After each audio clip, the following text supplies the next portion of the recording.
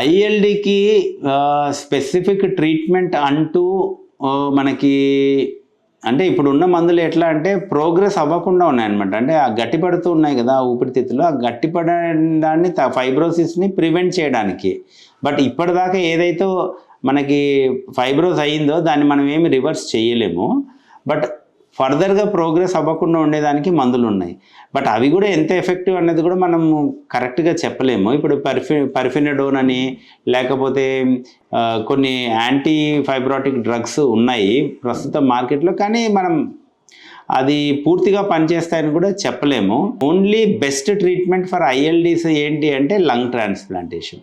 కానీ lung transplantation కూడా ఒక టైం తర్వాతనే చేయడానికి అవకాశం ఉంటుంది. అందుకని ఐఎల్డీ ఉన్న వాళ్ళు ఏంటంటే మీకు లంగ్ ట్రాన్స్ప్లాంటేషన్ ప్రోగ్రాంలో మొదట్లోనే ఎన్రోల్ అవ్వాలి, ఎందుకంటే లంగ్స్ అంత ఈజీగా దొరకవు. ఓకే, అండ్ ఈ ప్రోగ్రెస్ అవ్వకుండా ఉండేదానికి మందులు అనేది వాడుకుంటూ ఉండాలన్నమాట. సో ఈ నింటిడానిప్ కానీ లేకపోతే పర్ఫినోడోన్ అనేసి ఈ టాబ్లెట్స్ కానీ ఇట్లాంటి యాంటీఫైబ్రోటిక్ డ్రగ్స్ ఉన్నాయి. అవి కొంతవరకు పనిచేస్తాయి. ఆటో ఇమ్యూన్ డిజీజెస్ దానికి ఏంటంటే స్టెరాయిడ్స్ అండ్ దానికి సిటిడి రిలేటెడ్ మెడికేషన్స్ ఇస్తే అవి కొంత మటుకు ప్రోగ్రెషన్ అనేది అవి కూడా హాల్ట్ అవుతాయి. బట్ ఓవరాల్గా బెస్ట్ ట్రీట్మెంట్ ఏంటి అంటే లంగ్ ట్రాన్స్ప్లాంటేషన్. ఆ లంగ్ ట్రాన్స్ప్లాంటేషన్ అనేది కొంచెం లేటర్ స్టేజ్లో మనకి చేస్తాం మనము.